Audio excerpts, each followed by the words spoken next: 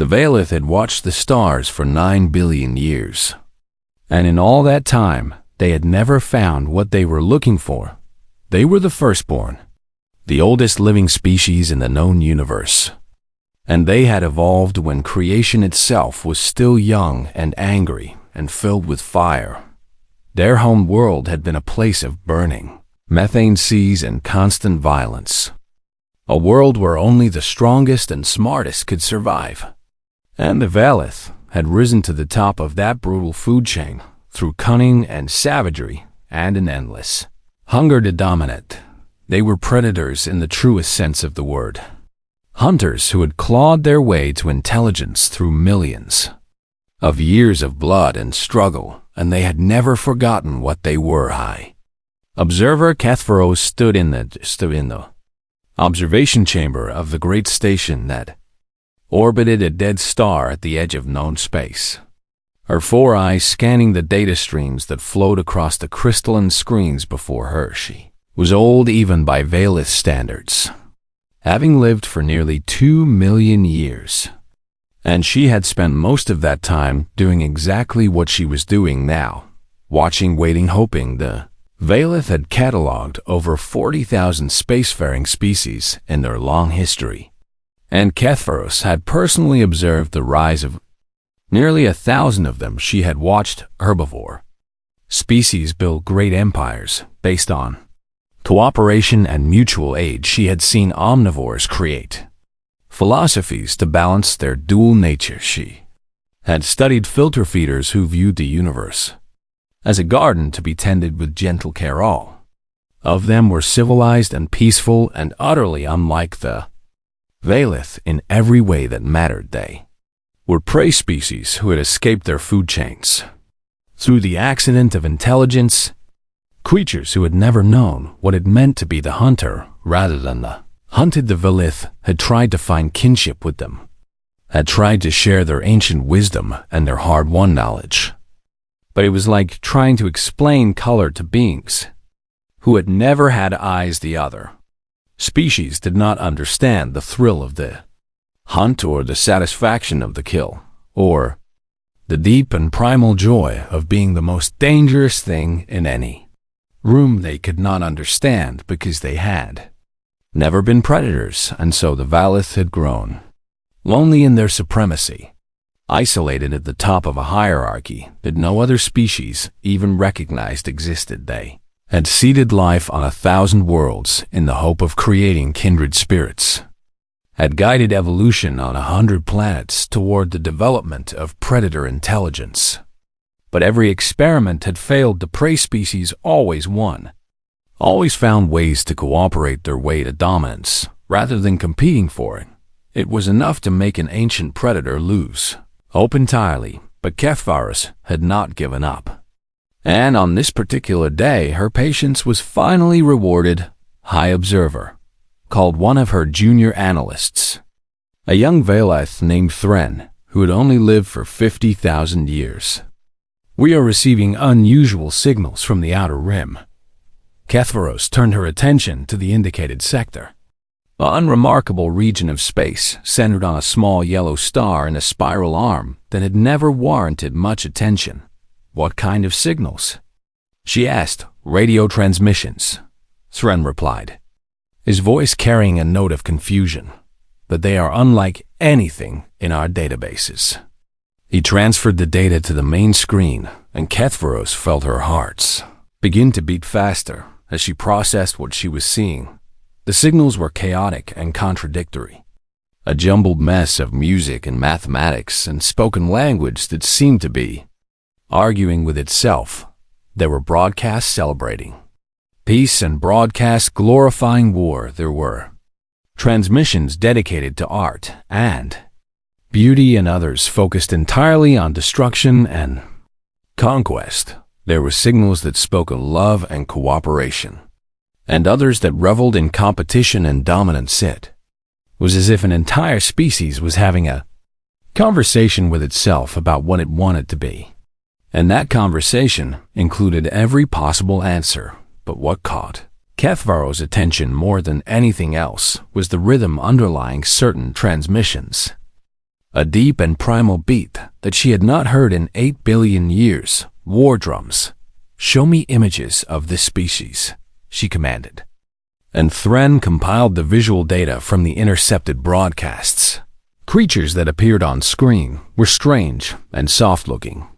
Bipedal beings covered in thin skin with minimal natural weapons, but Catpharos looked past the surface appearance and saw something that made her ancient hearts sing with joy. For word-facing eyes designed for tracking prey, teeth that included pronounced canines for tearing flesh, bodies built for endurance pursuit, for chasing prey until it collapsed from exhaustion, hands evolved for gripping and holding and never letting go.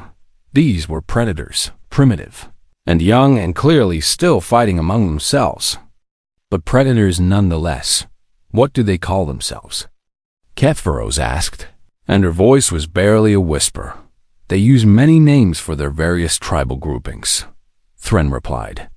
But the most common collective term appears to be humans. Catharos rolled the word around in her mind. Tasting it, savoring it, she studied the data streams more carefully now, looking for confirmation of what her instincts were telling her. She found it everywhere she looked. These humans had developed nuclear weapons before they had even left their own planet, had split the atom and immediately used it to destroy 2 of their own cities. They had fought 2 global wars in a single century, conflicts that had killed hundreds of millions of their own kind. Their entertainment was filled with stories of conflict and competition and predation. Tales of hunters and warriors and conquerors. Even their sports were ritualized combat. Mock battles designed to satisfy the predator instincts that ran through their blood, and yet they had not destroyed themselves. Despite all their violence and all their conflict, they have survived and grown and reached for the stars with hands still stained with each other's blood. They were exactly what the Valith had been searching for across 9 billion years of lonely watching. Summon the Council of Elders, Catpharos commanded, and her voice rang with an emotion she had almost forgotten how to feel. Tell them the search is over. Tell them we have found our successors. Thren stared at her with wide eyes, clearly not understanding the magnitude of what he was witnessing. He was too young to remember the old wars, too young to know why the Valith had been searching for so long, but he would learn. They would all learn, because the universe was about to change. And these humans were going to be the ones who changed it.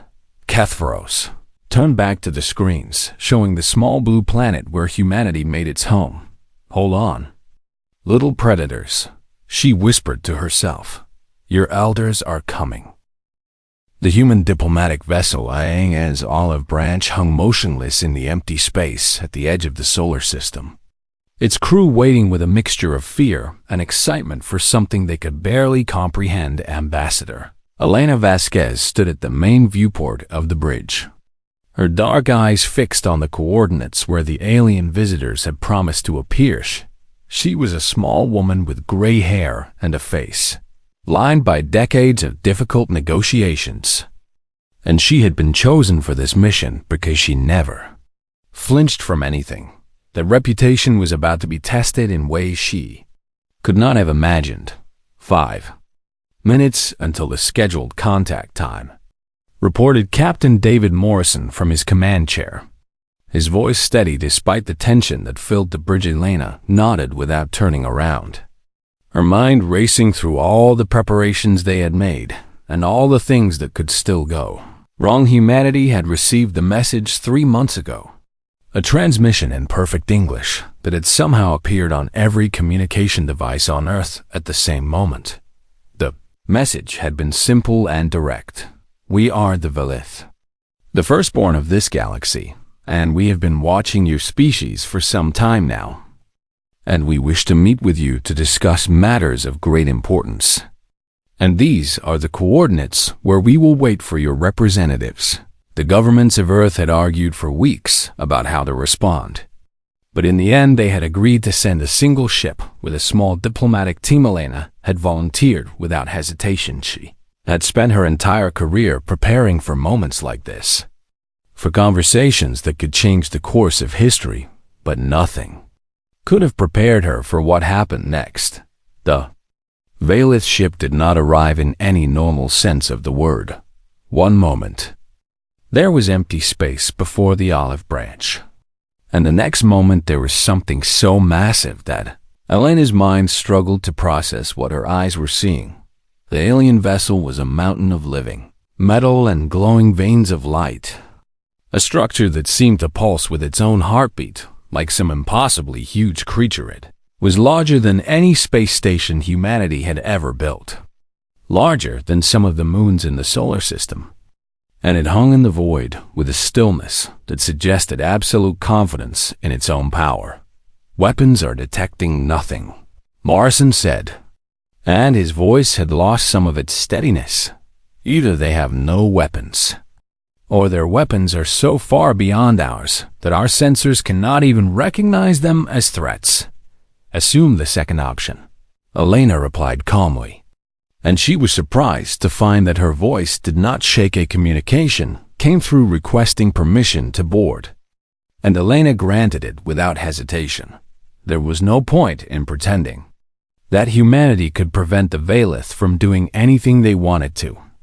Do better to meet them with dignity than with futile resistance. The Valith delegation materialized in the olive branches main meeting room in a shimmer of light that hurt the eyes to look at directly. There were 5 of them, and they were unlike anything Elena had ever seen. They stood nearly 3 meters tall on legs that bent in directions human legs were not meant to bend.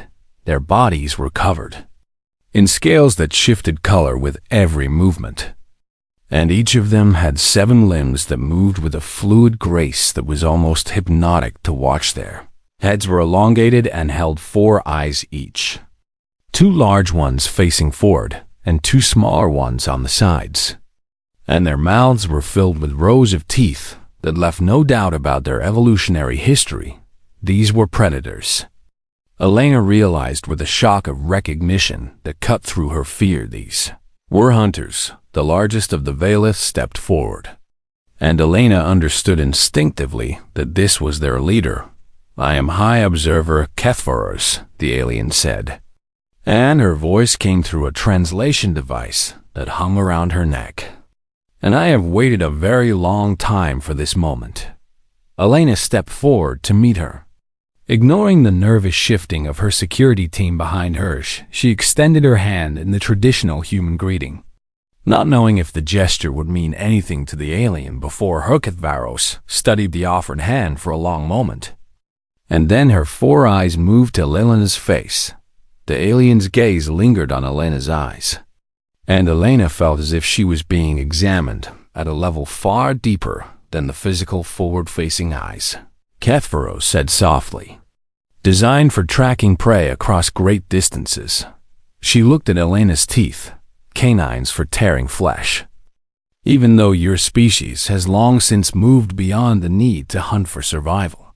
She observed the way Elena stood, the way the other humans had unconsciously arranged themselves in the room. "Your bodies still remember what they were made for, even if your minds have tried to forget." Kethvaros reached out with one of her 7 limbs and grasped Elena's hand in a grip that was surprisingly gentle. "Your ancestors hunted the great plains of your world," the Valith said, "and mine hunted the burning seas of a world that died before your son was born. We are pleased to finally meet equals." The word rippled through both delegations like a shockwave. Elena heard Morrison draw in a sharp breath behind her, and she saw the other Valith exchange glances that might have been surprise. "Equals?" Elena repeated, and she could not keep the question out of her voice. "In 9 billion years of watching the galaxy," Kethvaros said, "we have cataloged over 40,000 species capable of traveling between stars, and not one of them has been like us. They were all prey species who achieved intelligence, creatures who built their civilizations on cooperation and peace because they had never known anything else. But your species is different. You carry the same fire in your blood that we carry in ours. You know what it means to hunt, to fight, to conquer, to dominate. You have waged war upon yourselves for all of your recorded history. And yet you have not destroyed yourselves. You have looked into your own darkness and chosen to reach for the light instead. That is not the behavior of prey. That is the mark of a predator who has learned to master its own nature. Elena felt something shift inside her chest. A strange mixture of pride and unease at being recognized for something she had always been taught to be ashamed of. Humanity's violent history was supposed to be a source of shame. A reminder of how far the species still had to go, but the Veilith saw it differently. They saw it as proof of strength. Why have you come here?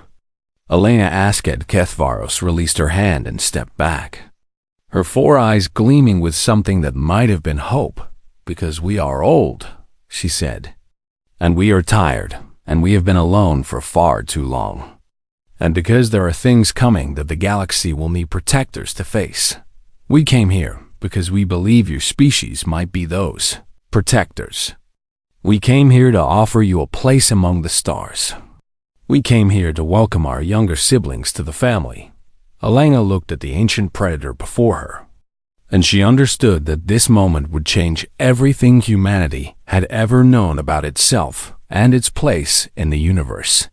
We accept, she said.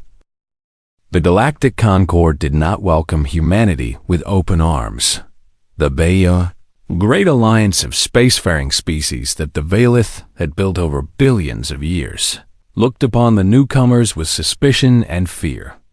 And the assembly hall on the station called Harmony echoed with voices raised in protest. They are children, declared Ambassador Yill of the consortium, a massive 6-legged herbivore whose species had traveled the stars for over 100,000 years. Violent and unstable children who cannot even stop fighting among themselves. Their recorded history is nothing but a catalog of wars and atrocities. They developed weapons of mass destruction before they even left their own planet. How can we possibly trust such a species with the responsibilities of membership in the Concord? The chamber erupted in sounds of agreement from dozens of different species. Clicks and whistles and rumbles that all carried the same message of rejection. Lena Vasquez stood at the podium reserved for new species, seeking admission, and she felt the weight of those 40,000 civilizations pressing down on her shoulders. She was not alone in the chamber. Kethvaros stood beside her, and the ancient Veilith's presence was the only reason the other species had not already voted to deny humanity's application. They warred among themselves within living memory, continued Ambassador Yill, his multiple eyes fixed on Elena with what might have been discussed. They still possess weapons capable of destroying their own world many times over. What guarantee do we have that they will not turn those weapons on us? Elena opened her mouth to respond, but Kethvaros spoke first. So did we, the Veilith said, and her voice cut through the noise of the chamber like a blade.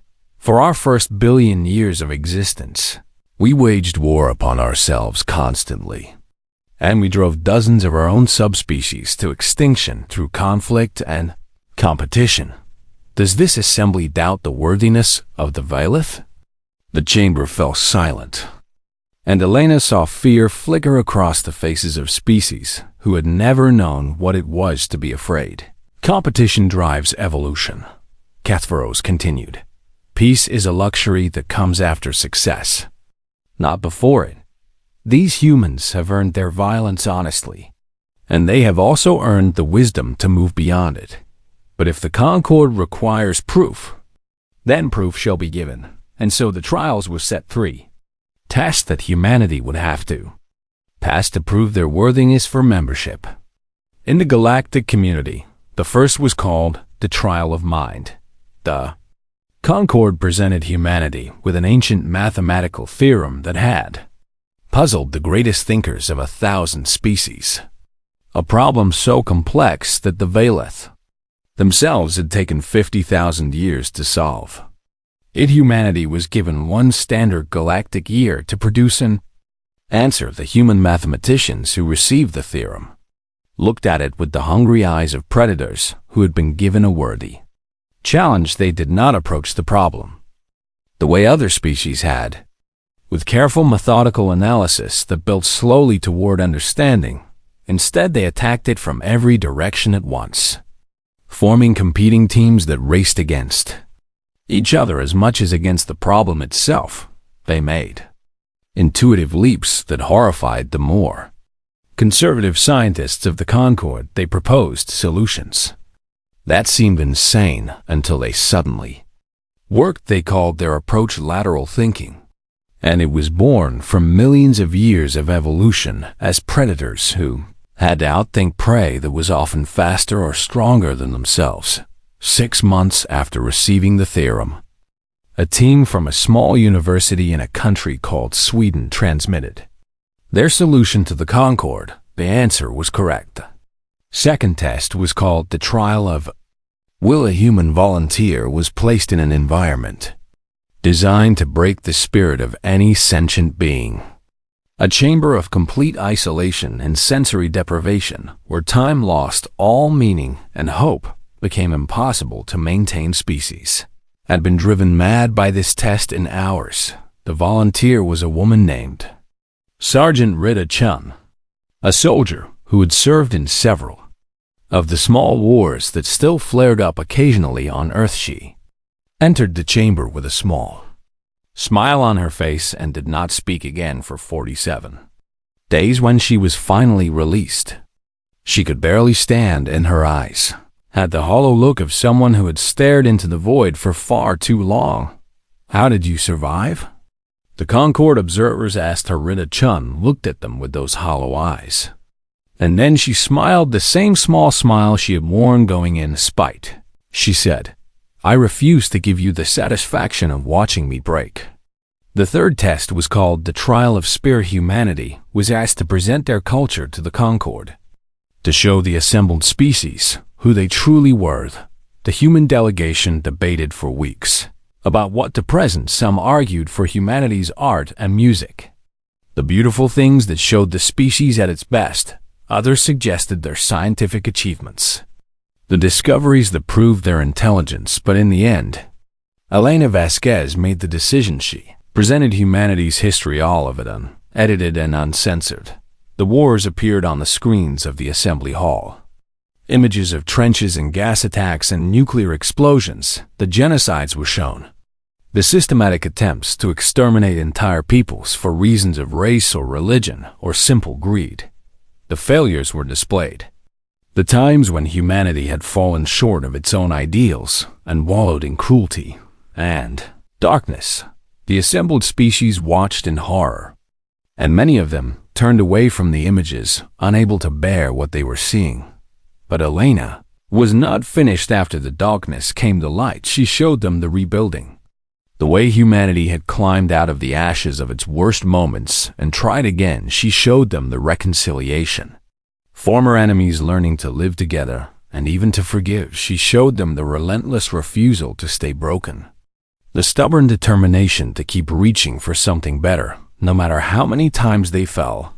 This is who we are, Elena said when the presentation was finished.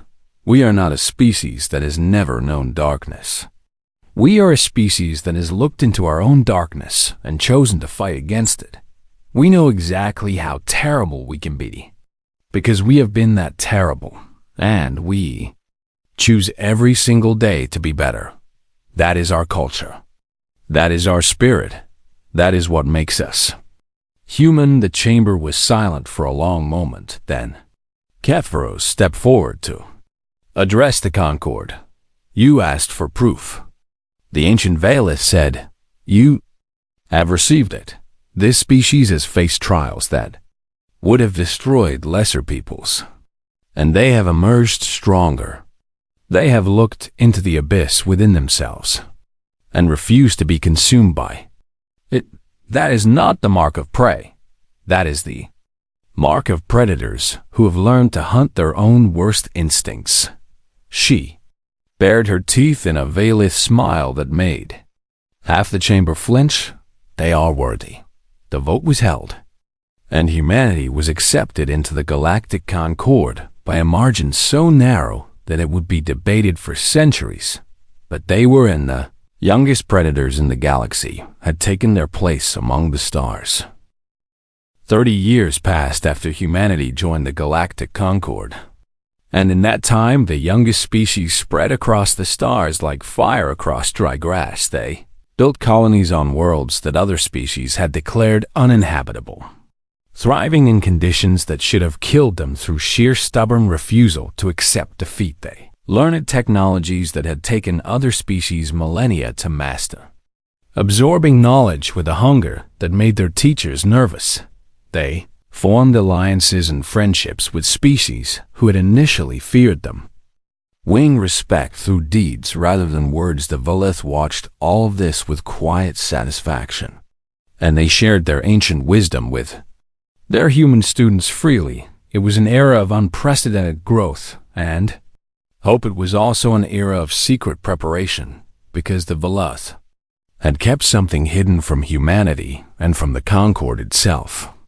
A truth so terrible that they had guarded it for 8 billion years. Admiral James Okonkwo learned that truth on a day that would change everything. He stood on the bridge of the Un's Defiance, the flagship of humanity's first true deep space battle fleet, and he watched as High Observer Kethvaros materialize before him in a shimmer of light.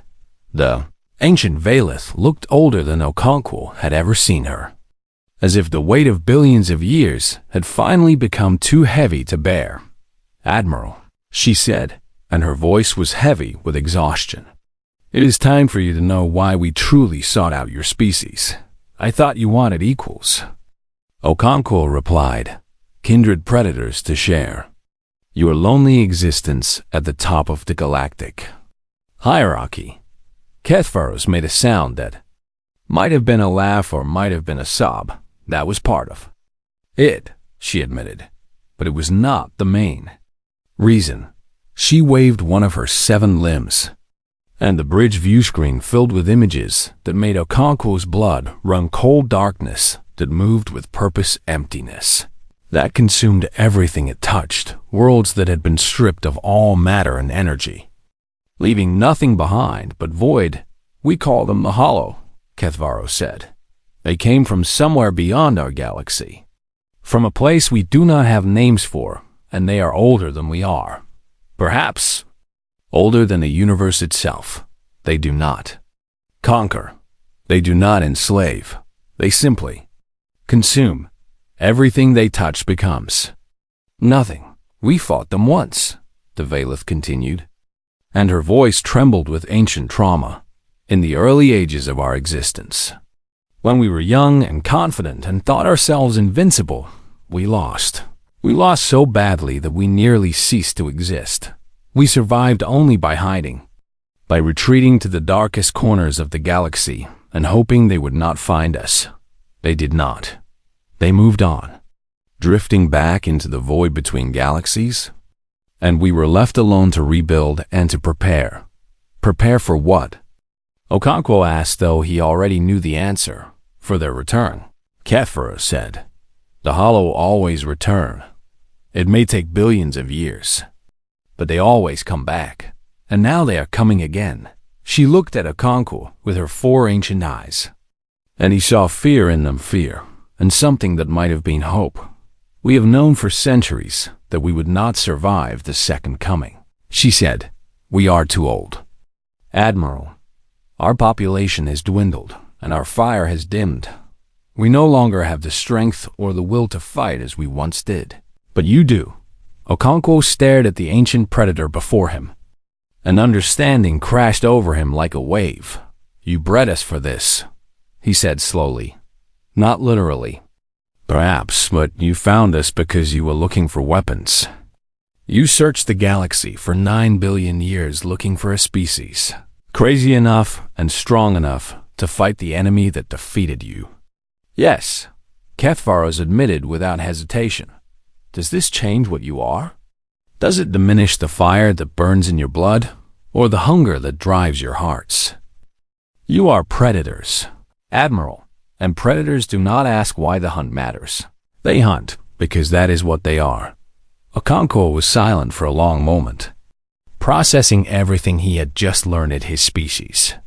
Had not been welcomed as equals out of respect or admiration. They had been recruited as soldiers for a war they knew nothing about. They had been chosen as replacements for an ancient species that had lost the will to fight. It should have made him angry. It should have made him feel used and manipulated instead. James Okonkwo began to laugh. It started as a chuckle and grew into a deep, genuine laugh that filled the bridge and made his crew stare at him in confusion. "Admiral?" His first officer asked nervously. Okonkwo waved her off and turned back to Kethferos, who was watching him with obvious bewilderment. "You magnificent monsters," he said, still laughing. "You spent 9 billion years searching for someone crazy enough to fight an enemy that terrified you, and you found the one species in the galaxy that might actually enjoy it." "Enjoy?" Kepharos repeated, and her confusion was evident. "The Hollow took something from you," Okonkwo explained. "They broke something in you, something that never healed. The fear of that first war has haunted you for all these billions of years, making you cautious and careful and afraid. But us? We have never been broken by an enemy. We have only ever been broken by ourselves, and we always get back up." He turned to his crew, his eyes blazing with a light that made them straighten in their seats. "Set course for the void," he commanded. "It is time to remind the universe what happens when you corner a predator." The Defiance hummed with power as it turned toward the darkness between. Galaxis Kethvaros watched the humans move with purpose and determination, and she felt something stir in her ancient heart, something she had not felt in 8 billion years. "Hope you truly are not afraid," she said softly. Admiral Okonkwo smiled at her, and his smile was all teeth. "We are terrified," he admitted, "but that has never stopped us before. Humans do not fight because we are not afraid. We fight because we refuse to let our fear make our choices for us. The Hollow want to consume everything? Let them try. They have never faced anything like us, and they are going to learn why that is a problem." The fleet gathered over the following months. Ships from every human colony and from Vala stations that had been preparing for this moment for billions of years. It was the largest military force the galaxy had ever assembled. And it was still not enough, but it would have to do. The war against the Hollow lasted 200 years, and it was fought across dimensions that had no names in any language ever spoken. Humanity threw itself into the darkness with a fury that shocked even the Velith, who had thought they understood what their successors were capable of. They did not understand. No one could have understood. Hollow were not like any enemy humanity had ever faced. Creatures of pure consumption that existed only to unmake everything they touched. They did not negotiate or threaten or demand surrender. They simply erased. Worlds vanished in their wake, leaving behind nothing but emptiness. Where stars and planets had once existed, species that had flourished for millions of years were wiped from existence in moments. Their histories and cultures and dreams all consumed by the endless hunger of the void. And humanity fought back. They fought in ways the Velith had never imagined, adapting faster than any species had a right to adapt when conventional weapons proved useless against the Hollow. Human scientists invented new ones that bent the laws of physics in ways that made Velith engineers weep when traditional tactics failed. Human commanders developed new strategies that treated reality itself as a battlefield to be manipulated. They were relentless, in a way that the Hollow had never encountered, because the Hollow had a weapon that had always worked before. A weapon more powerful than any physical force. They fed on despair. Every species they had consumed had eventually given up, overwhelmed by the hopelessness of fighting an enemy that could not be stopped or reasoned with. The Hollow did not just destroy bodies. They destroyed spirits. They reached into the minds of their victims and showed them the futility of resistance, the pointlessness of struggle against an enemy that would never stop coming against the Valith. This weapon had worked perfectly. The Firstborn had felt the weight of their years and the emptiness of their long existence, and they had been unable to find reasons to keep fighting against humanity. The weapon failed completely. Commander Sarah Okonkwo, granddaughter of the admiral who had led humanity into the war, stood on the bridge of her ship as the hollow tried to break her will. She felt them in her mind, showing her visions of consumed worlds and extinct species. She heard their whispers telling her that resistance was pointless and that all things ended in the void eventually, and she laughed in their faces. "You want us to give up?" She transmitted across every frequency she could reach. "Our species survived ice ages and plagues, and ourselves. We turned atom splitting into power plants and swords into plowshares. You think cosmic nihilism scares us? We invented existentialism. We looked into the void centuries ago, and you know what we did? We built coffee shops to discuss it in. The human fleets pushed forward, driven by something the hollow could not understand or consume: hope, not blind optimism or naive faith that everything would be fine. Real hope, the kind of hope that knows exactly how bad things are and chooses to fight anyway, the kind of hope that is born from facing the worst and refusing to be destroyed by it, the kind of hope that only exists in species that have already survived their own darkness. The war raged across 2 centuries, and the cost was beyond calculation. 12 billion humans died in the final campaign alone, throwing themselves into a dimension that they called the basement in a desperate attempt to seal the rift the hollow used to enter their universe. 20 ships made the final charge. Only one returned, but the rift was sealed, and the hollow were pushed back into whatever hell they had crawled out of. The universe fell silent in the aftermath. High Observer Kethvaros stood with the human survivors on the bridge of the battered Spite, the only ship that had made it back from the basement. She was ancient beyond measure now, the last of the original Valith observers who had first detected humanity's radio signals all those centuries ago. Her 4 eyes were dim with age and exhaustion, but they still held a light that had not been there for billions of years. "We were wrong about you," she said softly, her voice barely more than a whisper. "We thought we were finding kindred predators, hunters who shared our nature and our instincts. But you are something more. You are predators who have learned to love, to hope, to die for each other and for species you have never met. You are what we might have been. Had we not been so alone for so long," her voice broke, and the sound was something the Valith had not made in eons. Grief and joy mixed together in a way that defied description. Admiral Chun, great-great-grandson of Sergeant Rita Chun, who had survived the trial of will through pure spite, placed a hand on the ancient being's shoulder. "You are not alone anymore," he said simply. "None of us are."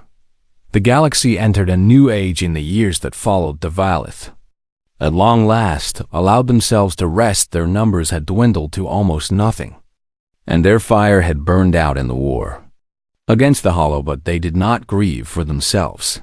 They had found what they had searched for across 9 billion years of lonely existence. They had found successors. They had found family one by one. The last of the Firstborn passed into honored memory, their ancient bodies finally surrendering to the weight of age. Tavaros was the last to go, and she died with a smile on her face and hope in her hearts. Humanity took their place, not as rulers of the galaxy, but as guardians. They did not demand obedience from the species of the Concord. They did not claim dominion over the stars. Instead, they stood watch in the darkness. Predators who had chosen to protect rather than consume. They were not perfect. They still fought among themselves sometimes, still struggled with the violent instincts that had shaped their evolution, but they had learned something that the Valith had never quite mastered. They had learned that the greatest hunt was not the pursuit of prey, it was the endless chase after their own better nature, and in the deep places of the universe, where ancient things still stirred and dark powers still dreamed, the word spread in frequencies that no mortal being could hear. The Firstborn were gone, but they had left successors behind.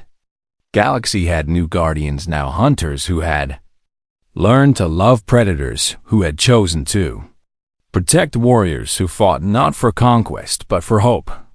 They were not afraid of the dark. They were what the dark was afraid of. The universe had changed, and it would never be the same again because humanity had arrived. And they were not going anywhere, not ever. They were home.